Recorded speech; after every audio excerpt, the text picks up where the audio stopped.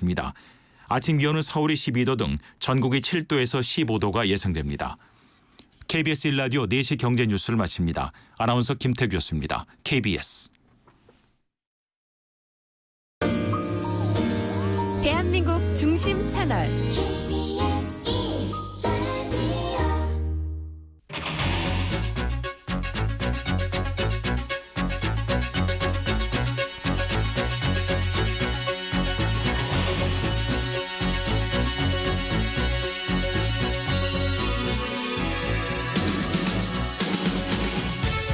안녕하십니까. 성기영의 경제쇼 아나운서 성기영입니다. 최근 라인 사태, 네이버 지분 매각이 큰 이슈죠. 일본 정부가 네이버가 갖고 있는 라인 야후 지분을 소프트뱅크에 넘기라는 취지의 행정 지도에 나섰고, 이에 대해서 대통령실에서는 네이버의 불리한 조치는 없어야 한다고 응수하면서 사태가 장기화 국면에 돌입했습니다. 자, 라인 사태 쟁점이 무엇인지 잠시 후 자세히 알아보겠습니다.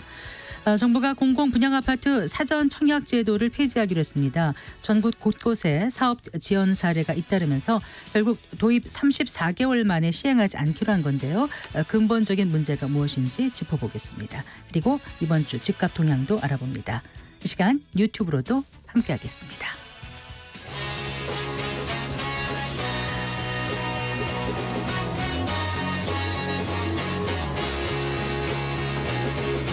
경제 시야를 넓혀드립니다. 투자의 지름길을 안내합니다. 돈 되는 정보를 발견하는 시간. KBS 1라디오 경제쇼.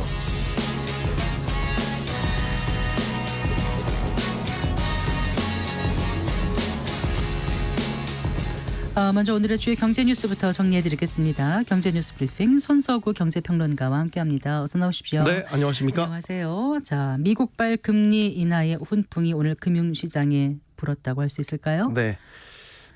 결론부터 말씀드리면 주식시장은 올랐고요. 환율은 떨어졌습니다. 네. 사실 장 개장 전부터 증시 반등에 대한 기대는 상당히 컸어요. 우리 시장에 앞서서 열렸던 미국 뉴욕 증시가 매우 큰 폭으로 상승을 했거든요. 네네. 3대 지수 모두 종가 기준 역대 최고치 경신했습니다. 그래서 오늘 코스피는 22.66포인트 0.83%가 올라서요. 2753포인트로 마감했습니다. 종가 기준으로 2750선 위로 올라선 게 4월 초였습니다. 네. 그러니까 한 달 반만입니다. 그러네요. 역시 미국발 금리 인하 기대감 반영된 영향이다, 이렇게 볼 수 있겠습니다. 지난주 미국의 4월 소비자 물가 지수 CPI가 시장 예상보다 낮아진 것으로 확인되면서 네. 금리 인하 기대감이 다시 살아났고요. 이게 투자 심리를 북돋았습니다.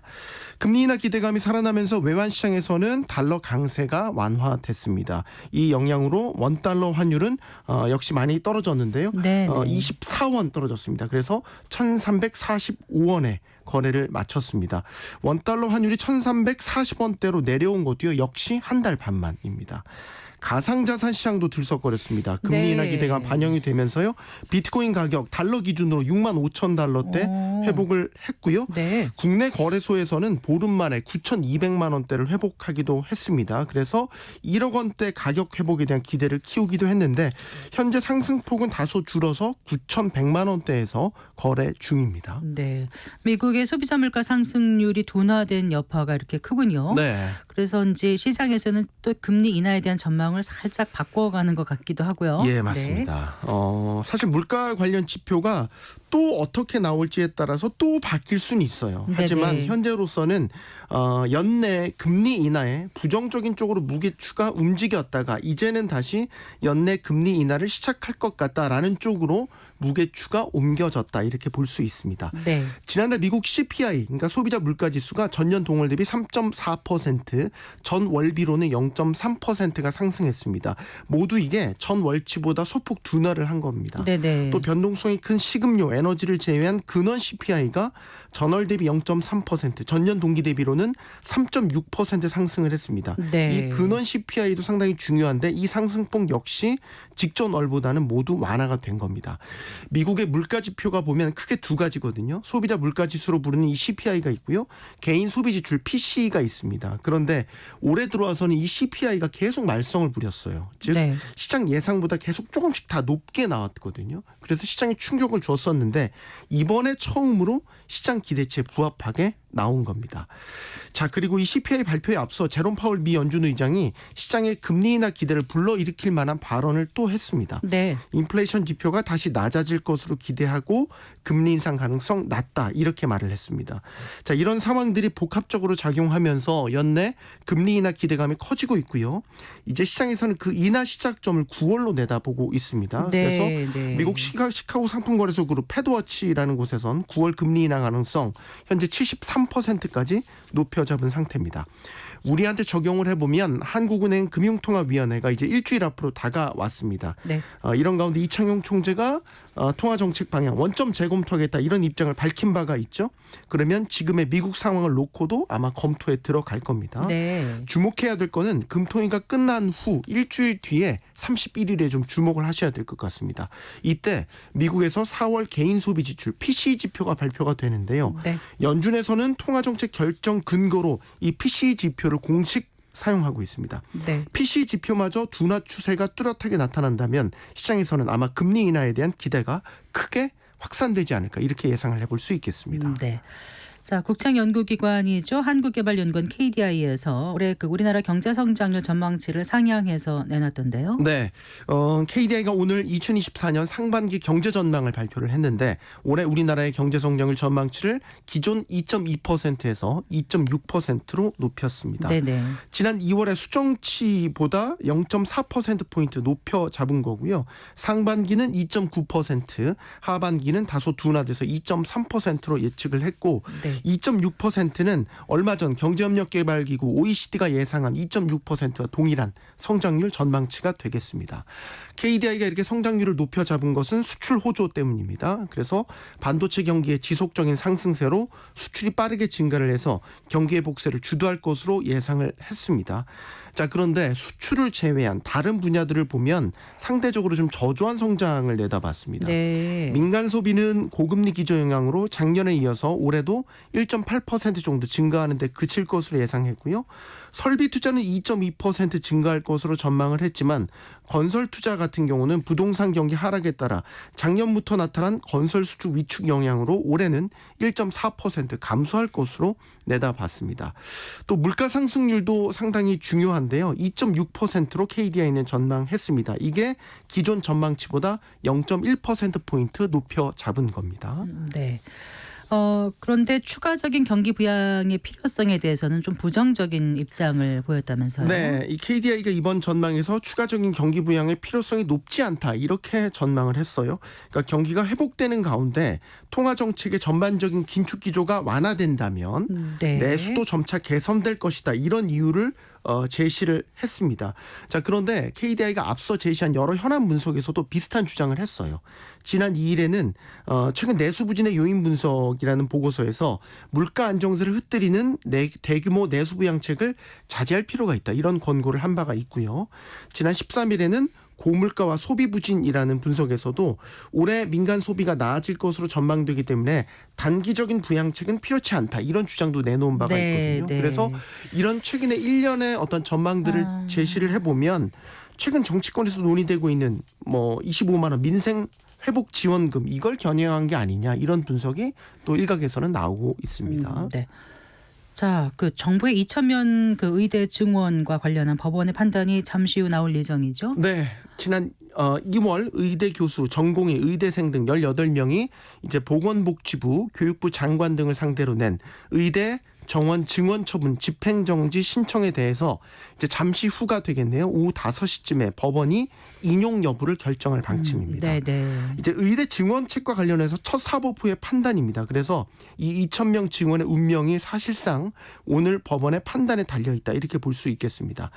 재판부가 만약 이 신청을 받아들이지 않고 기각하거나 혹은 소송 요건이 되지 않는다고 판단해서 각하를 하면 네. 증언이 이제 확정된다라고 네. 볼 수 있겠고요. 집행 정지를 인용을 하게 되면 정부의 의대 증원 방침 사실상 무산된다 이렇게 볼 수 있겠습니다. 네. 일반적인 법 심리 기관에 따르면요. 오늘 서울고법 결정으로 소송이 종결될 가능성이 큽니다. 그래서 만약에 재항고할 경우에 재판을 다시 배당을 하고 심리하기까지 통상 2, 3개월의 시간이 걸리기 때문에 네. 늦어도 지금 다음 달 초까지는 의대 모집 정원을 반영을 해서 그러니까요. 내년도 이제 증원을 확정을 해야 되거든요. 네. 이 기간을 고려하면 이제 오늘 법원의 판단에 따라서 의대 증원 여부가 사실상 결정된다 이렇게 볼 수 있겠죠. 다만 지금 어떤 결과가 나오든 정부도 그렇고요. 의사 단체들도 불복할 가능성이 큽니다. 그래서 주무부처인 보건복지부는 재판부가 만약에 집행정지를 인용해서 의대 증원에 제동이 걸리면 항고하겠다는 뜻을 일찌감치 밝힌 바 있고요. 의사단체들은 지금 휴진카드를 더 강경하게 쓰겠다. 이런 입장을 내놓고 있어서 어떤 결정이 나오든 혼란이 커질 가능성도 있는 상태입니다. 근데 이제 법원 판단 앞두고 있는데 정부가 의대 정원 증원과 관련한 그 설문조사 결과를 공개했더라고요. 네. 국민 70% 이상이 의대 정원 2,000명 그 증원에 찬성했다면서요? 네, 이런 조사 결과가 나왔습니다. 문화체육관광부가 지난 14일과 15일 양일간 여론조사 전문기관 한국리서치의뢰에서 실시한 의대 증원 방안 관련 국민인식 조사 결과가 되겠습니다. 설문 결과에 따르면요. 정원 2,000명 확대가 필요하다는 응답 72.4%가 여기에 동의를 했습니다. 반면에 의대 교수들의 집단 행동에 대해서 공감하지 않는다는 응답이 78.7%를 차지했고요. 네. 정부가 지금 의료개혁특별위원회를 발족한 상태인데 여기에 의료계가 참여하지 않는 것에 대해서도 공감하지 않는다는 응답이 71.8%였습니다. 그럼 의료계 주장에 대해서는 어떻습니까? 네. 의료계 그러니까 의대 증원 원점 재검토 주장을 하고 있지 않습니까? 여기에 대해서는 동의하지 않는다는 응답이 57.8%, 동의한다는 응답이 36.7%였습니다. 네. 또 집단으로 사직한 전공의를 대상으로 한 면허정지 처분에 대해서는 법과 원칙에 따라서 면허정지 처분을 해야 한다는 응답이 55.7%에 달했고요. 면허정지 처분을 중지하고 대화를 통해 설득해 나가야 된다는 응답이 38.9%에 각각 달했습니다. 네. 잘 들었습니다. 고맙습니다. 고맙습니다. 경제뉴스 브리핑 손서구 경제평론가와 함께했습니다.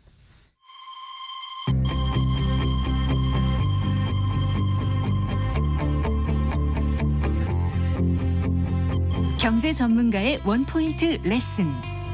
꼭 알아야 할 정보와 이슈를 알기 쉽게 풀어드립니다. 대한민국 경제 고수와 함께 투자의 맥을 짚는 KBS 일라디오 경제쇼. 진행의 성기영 아나운서입니다.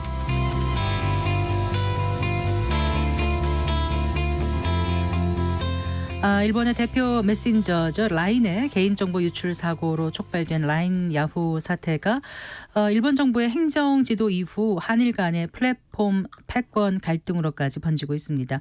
일단 대통령실의 입장 표명으로 라인 야후 지분 매각 협상에 좀 시간을 벌었다 이런 얘기가 나오고 있던데요. 자세한 얘기 나눠보겠습니다. 고려대학교 기술경영전문대학원의 이성엽 교수 스튜디오 모셨습니다. 반갑습니다, 교수님. 네, 반갑습니다. 네, 바쁘신 데 이렇게 나오셔서 감사합니다.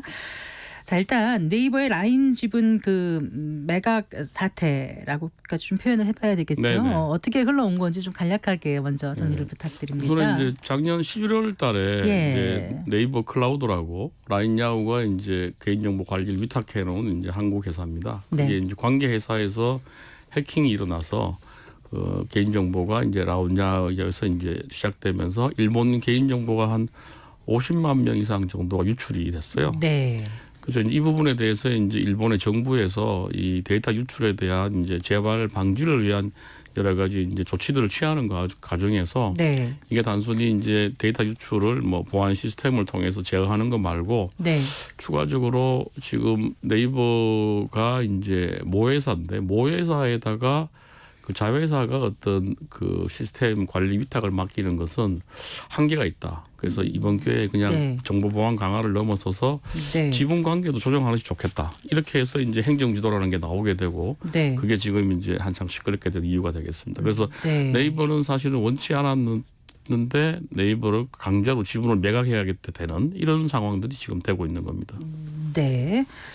그 한국에서는 라인을 쓰는 이용자가 얼마나 될까요? 많지는 않겠죠. 한국은 많지 않고요. 네. 일본에서는 국민 메신저라고 하는데 몇 명이나 쓰죠 지금? 일본에서는 지금 한 그 1억 가까운 이제 쓰고 있어서 네. 일본 국민들이 한 70% 이상이 이걸 쓰고 있습니다. 그러니까 우리나라로 치면 카카오톡하고 같다고 보시면 되겠습니다. 어떻게 이렇게 일본에서 국민 메신저로까지 라인이 자리매김하게 됐을까요? 네이버가 이제 그 한국에 성공을 거두고 해외 진출을 계속 하려고 그랬어요. 네. 그래서 그러다가 이제 일본 한 2000년대 초반에 그 네이버 자펜이라는 이제 검색 업체로 설립을 했습니다. 네, 네. 해가지고 했는데 야후 재팬하고 경쟁하다 이게 어려워져서 그 라인이라는 일종의 네. 이제 메신저 앱 서비스를 출시를 했습니다. 근데 이게 이제 2011년도에 3월달에 이제 동일본 대지진이 났는데 당시에 네. 이제 여러 가지 이제 전화들은 다 끊어졌는데 이게 라인을 가지고 서로 이제 커뮤니케이션이 이루어지면서 이 당시에 상당한 인기를 끌어서 네. 이걸로 인해서 폭발적으로 가입자가 증가하게 되고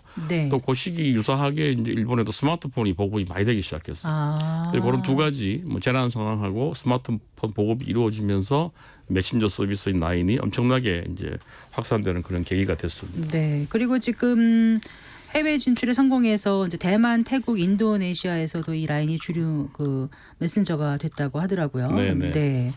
그렇습니다.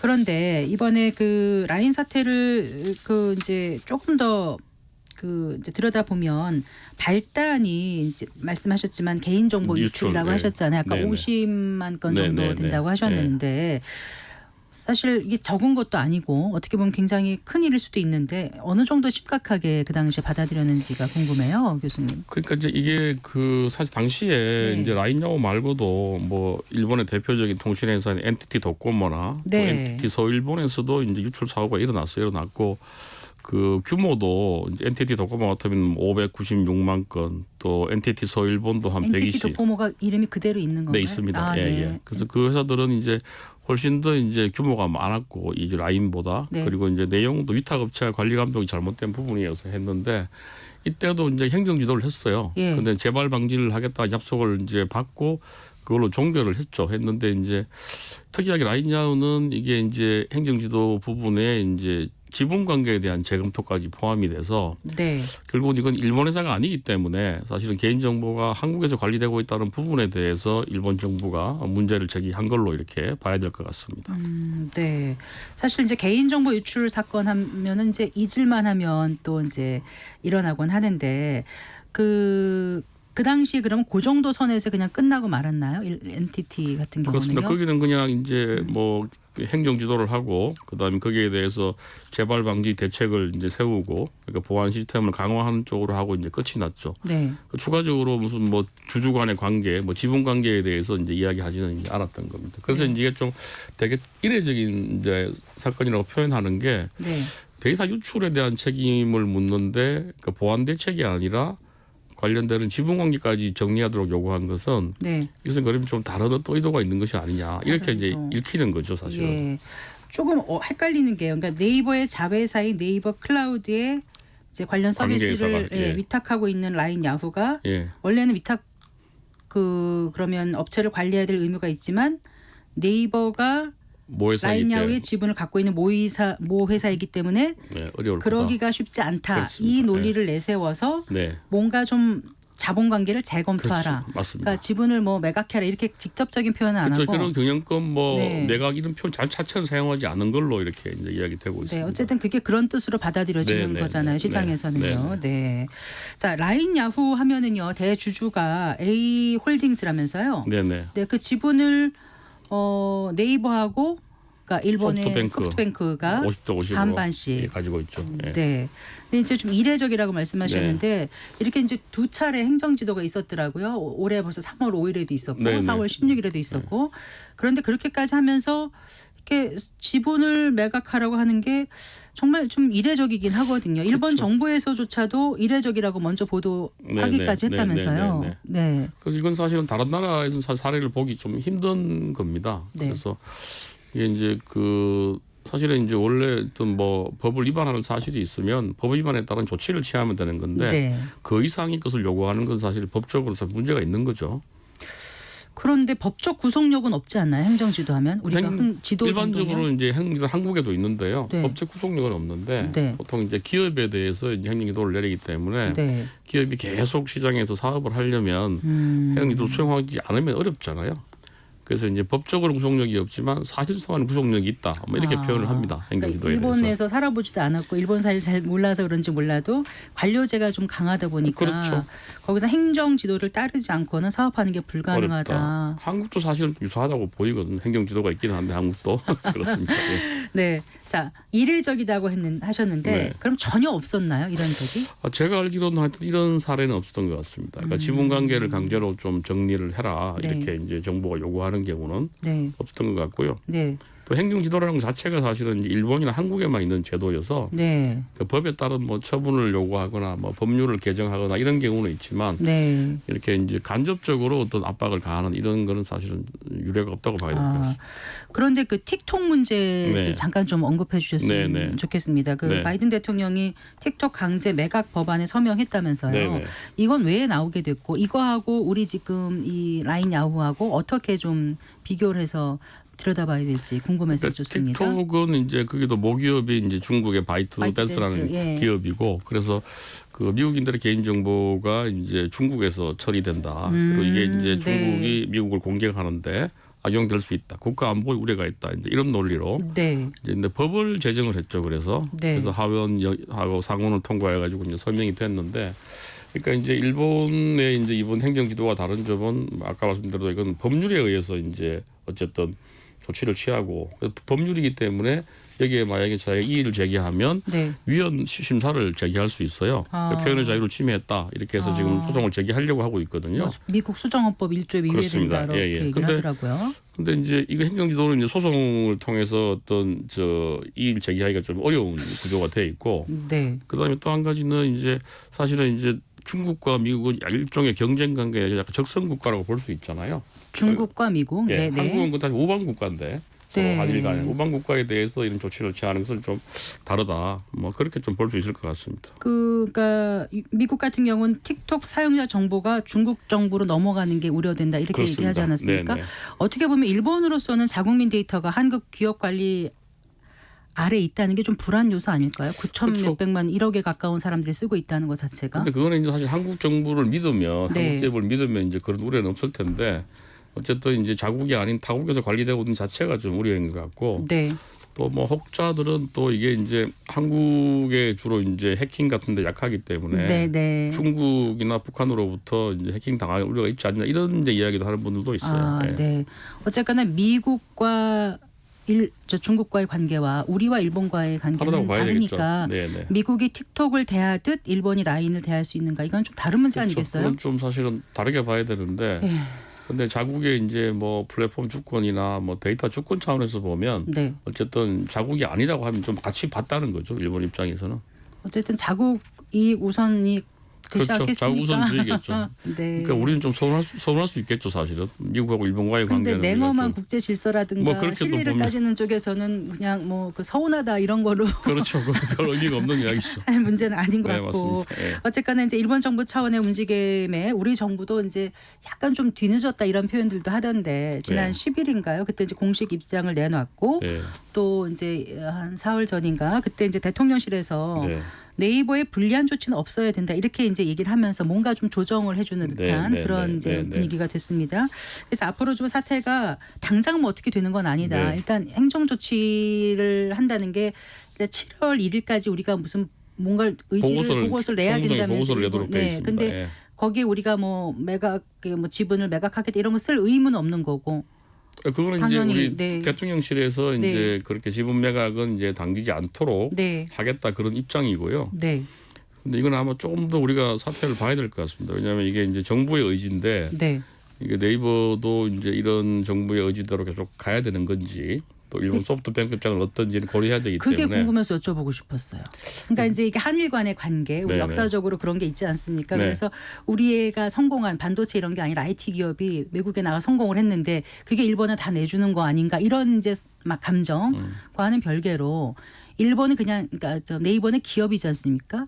기업의 그 영리를 추구하는 그렇죠. 기업의 입장에서는 사실 우리가 이렇게 사태라고까지 표현한 이건과 별개로 혹시 야후 라인 거기서 뭔가 좀 지분 정리를 하고 싶었던 마음이 없었진 않았나?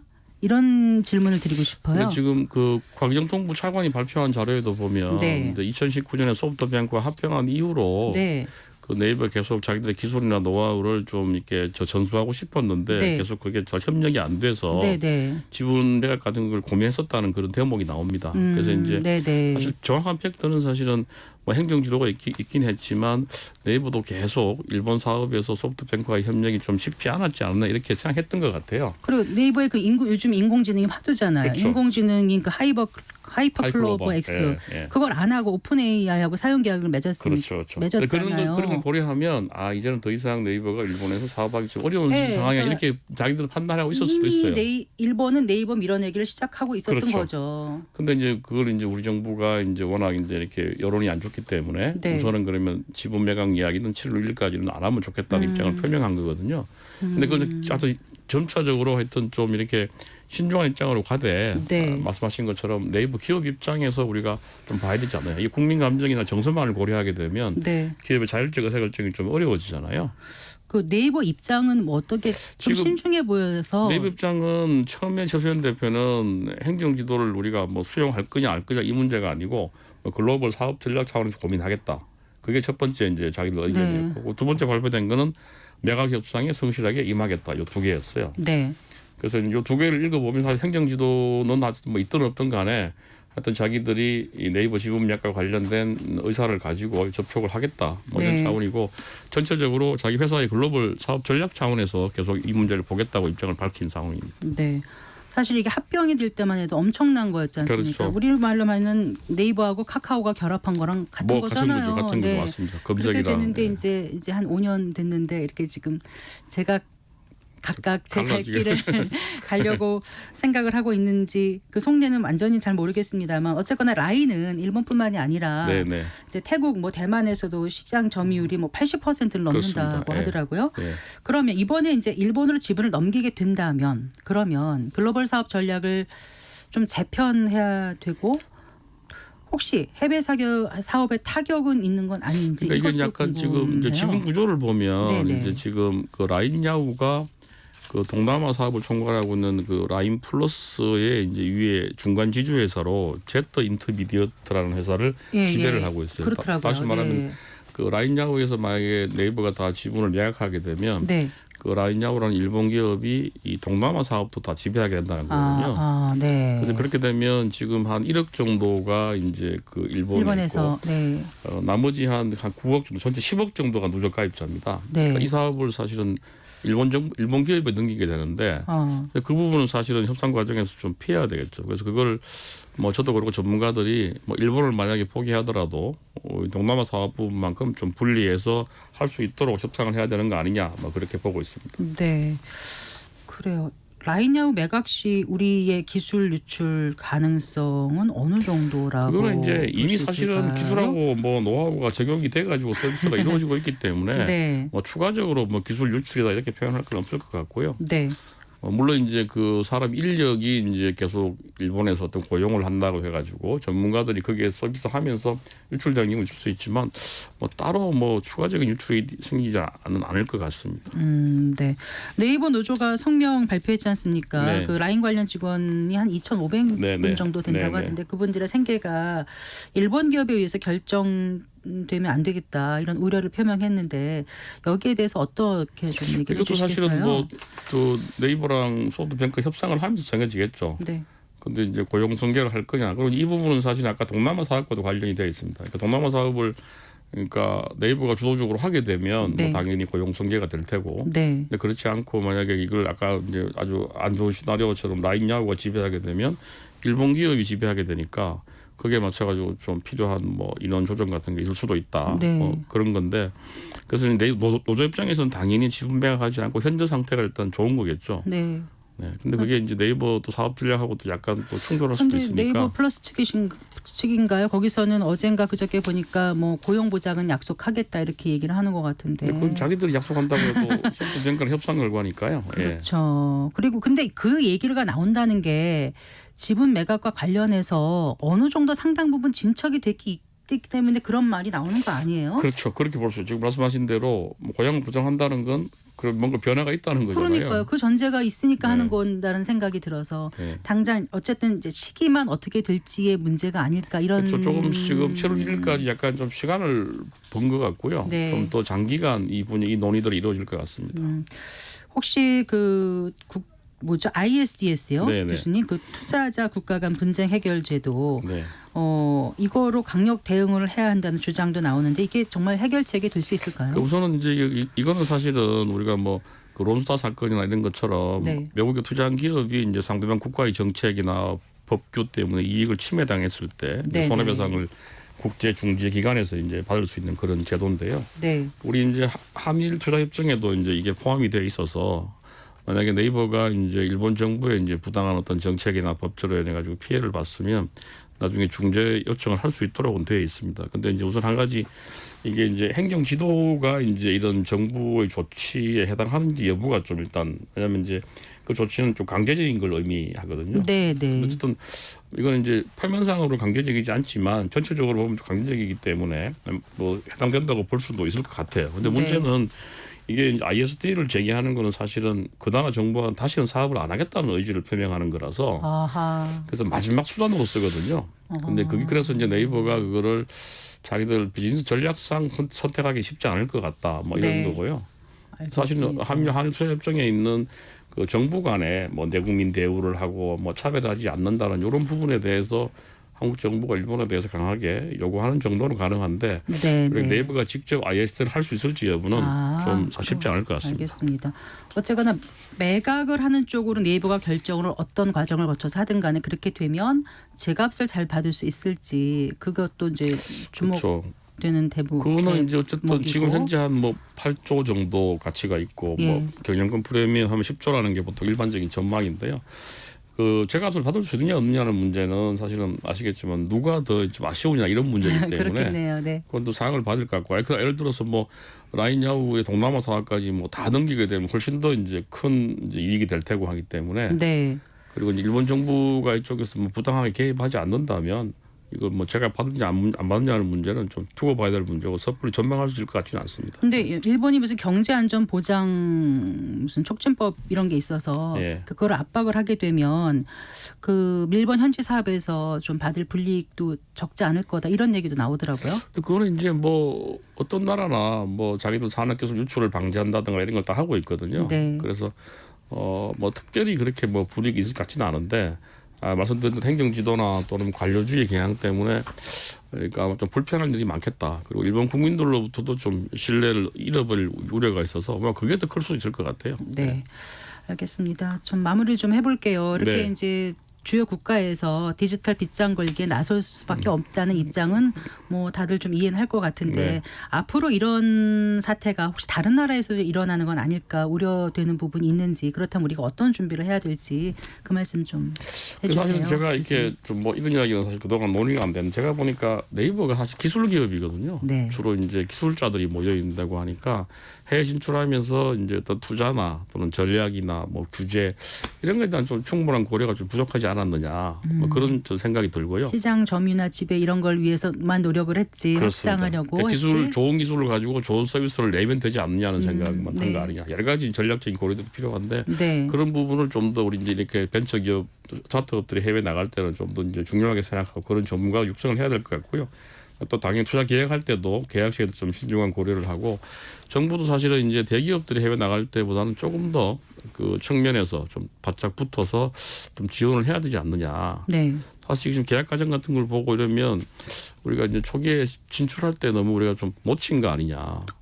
어떤 부분 그러니까 뭐 말씀하십니까? 투자 계약 같은 거 할 때 네, 어떤 걸 네. 고려했다든지 또 향후에 일본이 이렇게 나올 수 있다든지 다 고려를 했어야 상정 하는데 가능한 모든 시나리오를 그렇죠, 갖다 그렇죠. 놓고 그걸 다 네. 못했던 것 같아요. 아. 그 기본적으로 이제 네이버나 카카오 같은 기업이 이제 테크 기업이니까 네, 네. 또 조그만 스타트업에 출발을 해가지고 그게 이만큼 될 줄도 그렇죠. 몰랐고. 제대로 관리하고 좀 체계를 갖추는 걸 하지 못했다. 네.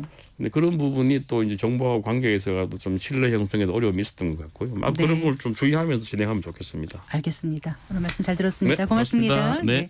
고려대학교 기술경영전문대학원의 이성엽 교수와 함께했습니다.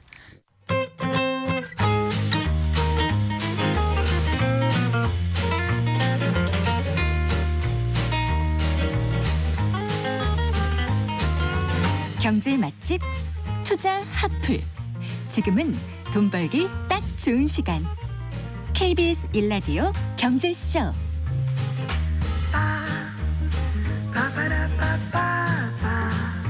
네, 한 주간 집값 동향 살펴보고 실생활에 도움이 되는 부동산 관련 소식 발빠르게 전해드리겠습니다. 오늘도 김인만 부동산 경제연구소장과 함께합니다. 어서 나오십시오. 안녕하세요. 안녕하세요. 자, 한 주간 집값 동향부터 좀 점검해 볼까요? 네, 5월 2주차 한국 부동산원 통계인데요. 이번 주도 변화가 없네요. 전주하고 동일합니다.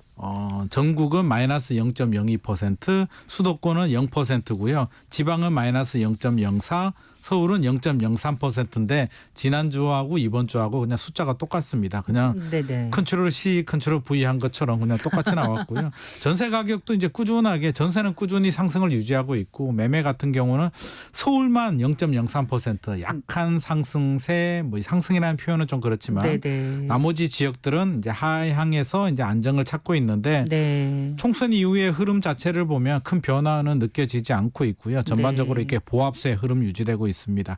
176개 지역을 조사하는데요. 상승 지역은 66개에서 60개로 6개가 줄어들었고요. 하락 지역은 1개가 늘어났기 때문에 큰 변화는 아닌데 전반적으로 본다면 관망세에 이어지고 있고요. 인기 단지 선호 지역 위주로만 조금씩 거래가 되고 있습니다. 네. 자, 그 요즘 뉴스를 보거나 하면은 정말 신고가 네네. 네, 이렇게 거래가 되는 곳이 가끔씩 있지 않습니까? 네네. 그냥 헉 하는 소리가 나올 정도. 헉 하는 소리가 나오죠. 비싼 가격이라 사실 그 뉴스 보고 싶지도 않은데 어쨌든 안 짚어볼 순 없고. 네네. 근데 또 온도차가 너무 느껴져요. 전혀 안 된다. 우리 동네는 신고가 아닌데 아, 이렇게 무슨 신고가는 그냥 아무도 안 온다. 아 맞습니다. 이런 데도 있지 않습니까? 네네. 이러다 보니까 점점 박탈감 그렇죠. 이런 게 커지는 것 같아요. 아니 지역별로도 예, 커지고요. 예. 지방에 계시는 분들은 아니 너무 동떨어져 있다. 우리 네. 동네는 오히려 집값이 떨어지고 있는데 네. 무슨 자꾸 거래량이 늘어난다라고 하냐. 왜 자꾸 서울 이야기만 말씀하냐라고 이제 말씀하시는 분들이 있는데 서울 내에서도 온도 차이가 존재하고요. 네. 특히 최근의 흐름을 보면 서울이 이제 주간 동향에서도 서울은 0.03%, 지방은 마이너스 0.04%였잖아요. 네. 서울 선호 사상이 조금 더 강화되는 것 같은 느낌이 듭니다. 분양 시장도 그렇고요. 매매 시장도 그렇고 서울에서는 신고가도 일부 단지지만 신고가도 나오고 있고 이런 흐름을 대변해 주는 게 이제 외지인, 네. 서울에 거주하지 않는 분들이 서울 아파트를 사는 비율이 나왔는데요. 가장 높게 나왔습니다. 2023년이 24.6%가 나왔는데 6%가 나왔는데 2021년이 이제 금리 올라가고 하면서 20.3% 살짝 내려왔고요. 2014년에는 16% 정도였거든요. 네. 그러니까 이제 서울밖에 없다라고 이제 생각하시고 있는 것 같습니다. 지방에 계시는 분들 이야기 들어보면 일본 사례를 보더라도 최근에 경기 침체 저성장이 이제 고착화되고 있다면 결국에는 미분양도 작고 인구 밀도는 높고 공급도 부족해 보이는 서울밖에 없지 않느냐. 그래서 우리 자녀를 생각해서라도 서울에 아파트 하나 사야겠다라고 말씀하시는 분들이 늘어나고 있거든요. 네. 그래서 서울 선호 사상은 더 늘어나고 있고요. 이게 네. 양극화라고 하죠. 서울과 지방의 양극화가 더 벌어지고 있습니다. 네. 이게 뭐 세금 문제도 좀 있고요. 상생 임대인 제도라고 있잖아요. 네, 네. 그래서 이게 5% 이내로 임대료를 올리지 않으면 양도세 비과세 2년 거주를 하지 않아도 되기 때문에 네, 네. 그 제도를 또 활용해가지고 예. 거주 요건을 피하면서 또 서울의 네. 아파트를 사는 편법이라는 표현은 좀 그렇고요. 네. 그런 방법도 동원하고 있습니다. 그래요. 서울 선호 사상이라고까지 표현하셔서 좀 심하다고 생각했는데 네. 잠깐 생각이 났거든요. 그 전에 그 정약용 선생께서 네. 무슨 일이 있어도 사대문 밖으로 나가지 말아라. 사대문 밖으로 벗어나는 순간 기회는 사라진다. 이분이 1762년도 태어나셔서 1863년에 돌아가신 분이에요. 제가 역사를 좀 그 미리 당시에 공부를 그래서 했어야 아까 되는데. 사상이 너무 심하다 표현이 했는데 네. 사상으로까지 들 정도로 지금 이게 근데 이게 우리나라만의 문제가 아니고 대도시 집중은 다른 나라도 마찬가지라서 다른 나라도 마찬가지고요. 특히 예. 이제 일본 때문에 좀 더 그런 것 같습니다. 이게 네. 잃어버린 20년, 30년을 지나가면서 도쿄는 살아남지 않았느냐라는 게 이제 상당히 영향을 좀 주고 있는데요. 네. 저는 좀 반대 의견도 좀 주고 싶습니다. 우리가 네. 이제 서울 만능주의잖아요. 뭐 서울이면 모든 게 다 해결될 것처럼 이야기를 하는데요. 네. 제 사례를 좀 들면 2007년, 2008년도에도 그랬습니다. 서울은 굉장히 집값이 많이 올랐고요. 네. 지방은 또 집값이 떨어졌습니다. 부산에. 그래서 그때도 제가 강의 끝나고 이제 나오는데 어떤 분이 질문을 합니다. 부산에 아파트 하나 사도 되겠냐라고 해서 단순한 생각에 부산 분이세요? 그건 아마도 모르시겠고. 그는 모르겠고요. 아마 네. 부산 고향이 부산이었던 것 같습니다. 네. 그래서 단순한 생각에 부산은 주택 보급률도 높고 최근에 서울이 집값 오르는데 왜 부산에 투자하느냐, 서울에 투자하시라고 했는데 딱 2년 걸렸습니다. 2년 후에 분위기가 180도로 바뀌었거든요. 부산 집값은 올라가고요. 서울 집값은 떨어졌습니다. 그럴 기억나요. 그때 좀 많이 올랐었죠. 맞습니다. 네. 그래서 항상 이게 흐름이 있거든요. 네. 서울 집값이 많이 오르고 지방 집값이 떨어져서 차이가 벌어지게 되면 몇 년 후에 반드시 또 역전 현상이 생기는 경우들이 근데 있었습니다. 2년마다 집을 사고 팔고 할 건 아니잖아요. 맞습니다. 네. 장기적으로 봐야 되는데 네. 또 사람들 마음이 그렇지는 않죠. 그래서 서울 만능주의는 저는 좀 주의를 해야 된다. 물론 서울이 장기적으로 인구 밀도나 공급량을 감안을 해보면 좋은 지역은 분명하나 네. 너무 만능주의. 서울 사면 절대 떨어지지 않고 무조건 올라. 이거는 좀 곤란할 것 아닌 같습니다. 것 같더라고요. 네네. 네. 어쨌거나 그래서 사람들이 그 똘똘한 한 채 뭐 이런 표현을 많이 하지 않습니까? 네네. 근데 이제 결국 이 똘똘한 한 채라는 게 세금 때문에 그런 똘똘한 한 채 현상이 그렇죠. 더 커졌다. 그러니까 원래는 이제 집값이 너무 오르니까 네. 세부담이 되면 집을 덜 사겠거니 해서 이제 정부에서 세금을 올리죠. 많이 계속 세부담을 가중시켰잖아요. 네네. 근데 그게 어떻게 또 다시 돌고 돌아서 집값을 올리냐 말이죠. 이게 사람들 네. 마음이 똑같습니다. 사람들은요 자기의 이익을 위해서 항상 판단을 하게 되거든요. 결정을 내리게 되는데 우리 노무현 정부 시절에도 그랬습니다. 집값이 오르니까 야, 집 많이 사지 마라고 해서 양도세 중과세라는 제도를 도입을 합니다. 2주택 이상이 되면 세금을 더 이제 높게 부과를 하게 되는데 그렇게 되니까 주택 수를 많이 가지게 되면 세금으로 다 빼앗겨 버리네. 그러면 판단하는 방법이 그때도 똘똘한 한 채 현상이 굉장히 유행했는데요. 네. 2000년대에는 아마 버블 세븐이라고 들어보셨을 기억나요. 겁니다. 버블 용인부터 세븐. 시작해가지고. 그렇죠. 버블 세븐 중대형 아파트가 네. 트렌드였고요. 문재인 정부 시절에도 똑같이 또 양도세 중과세를 도입을 합니다. 그때는 또 서울에 이제 있는 소형 아파트들이 똘똘한 한 채가 되고 있고 지금은 강남도 필요 없어. 그냥 서울이면 다 좋아라고 해서 서울이 또 똘똘한 한 채 현상이 나오는데 예. 국토연구원에서 조사를 했는데요. 역시 부작용이 나타났다. 다시 한 번 더 확인이 됐습니다. 그래서 너무 이 트렌드만 따라가지 마시고 저는 네. 좀 시장 상황을 좀 냉정하게 좀 볼 필요가 있지 않나 싶고요. 항상 이게 반복이 되는데 정부 정책 당국자들도 네. 출구를 만들어줘야 되거든요. 보유세도 올리고 양도세도 중과세로 올려버리게 되면 집을 가진 사람들은 그렇게 생각하죠. 팔아서 세금으로 다 빼앗기느니 기다려보면은 결국에는 또 집값 떨어지면 정부가 풀어주지 않겠냐. 나는 버텨보겠다라는 심리가 작동이 되기 때문에 네. 항상 출구를 좀 만들어줘야 될 것 그러니까 같습니다. 이동이 좀 쉽게끔 세금을 그렇죠. 조금 덜 내야 좀 이동을 할 수 있지 않습니까? 예를 들어서 보유세를 네. 올렸다, 종합부동산세를 올렸다 그러면 양도세율을 좀 낮춰서 집을 좀 팔 수 있게 만들어준다면 오히려 네. 집값이 떨어질 수는 있는데 두 가지를 다 올려버리는 것도 문제인 것 같습니다. 네. 자, 그리고요. 공공 분양 아파트 사전 청약 제도 이거 이제 중단되는 거잖아요. 중단으로 발표가 됐습니다. 갑자기 발표가 됐어요. 전격적으로. 언제부터 중단이에요? 이제 더 이상 추가 물량은 안 나올 것 같고요. 이제 네. 폐지를 한다라고 했으니까 뭐 네. 청천벽력 같은 소식인데 우리가 먼저 사전 청약이라고 한다면 일반적으로 우리가 아파트를 이제 청약하는 거는 본 청약이라고 합니다. 네. 입주자 모집 공고 사용 승인을 받고요. 모집 공고 나오고 청약을 하게 되면 2, 3년 후에 입주를 하는데 사전 청약은 미리 이제 아랫도를 빼서 이제 먼저 주는 제도이거든요. 이게 거슬러 올라가면 문재인 정부 시절에 이제 집값이 많이 올라가니까 공급이 부족하고요. 공급 물량을 늘려야 되는데 단기간에 뚝딱뚝딱 공급 물량이 나오지 않으니까 3기 신도시 들어보셨죠? 네. 3기 신도시 진행을 하면서 택지 조성하고 하면 시간이 굉장히 오래 걸리니까 네. 본 청약하기 전에 먼저 청약할 수 있는 기회를 줄게. 사전 네. 청약에 당첨이 되면 당장 계약하는 건 아니고요. 당첨권만 가지고 있다가 뭐 3년 후가 될지 5년 후가 될지 본 청약을 하게 되면 다시 한 번 더 청약을 하게 됩니다. 그러면 너는 사전 청약에 당첨이 됐구나. 당첨권을 주고 그때 이제 계약서 쓰고 돈을 내면 되는 제도인데요. 네. 상당히 많은 분들이 당첨이 됐습니다. 한 5만 5천 세대 정도 99개 단지에서 네, 네. 5만 5천 세대 정도가 이제 진행이 됐습니다.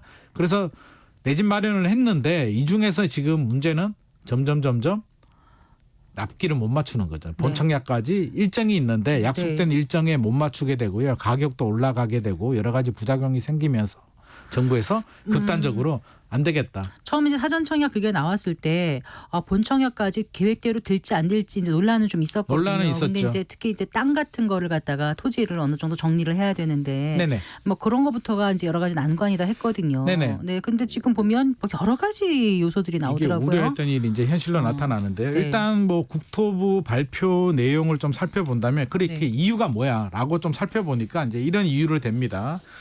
여러 가지 이유가 있는데 군포 대야미 같은 경우는 고압 송전 선로를 이설해야 되는데 그게 시간이 좀 걸린다. 그건 미리 몰랐나요? 그러게 말입니다. 네. 수원 월암지구 같은 경우는 맹꽁이가 있어가지고요. 맹꽁이를 또 이게 이사시켜야 되는데 시간이 오래 걸린다. 네. 남양주 진접지구는 문화재가 나왔다. 그리고 성남 복정지구는 주민들이 또 반대를 한다. 네. 성남 낙생지구는 방음 터널에 화재가 발생해가지고 또 이게 문제가 어떻게 생겼다라는 하려는 곳마다 다르게 문제가 있는 거예요. 문제만 있는 곳들만 제가 볼 때는 핑계 없는 무덤이 없다고 변명을 좀 되는 것 같고요. 실질적으로는 이제 속내막을 좀 살펴보게 되면 결국에는 돈 문제입니다. 돈 문제. 네.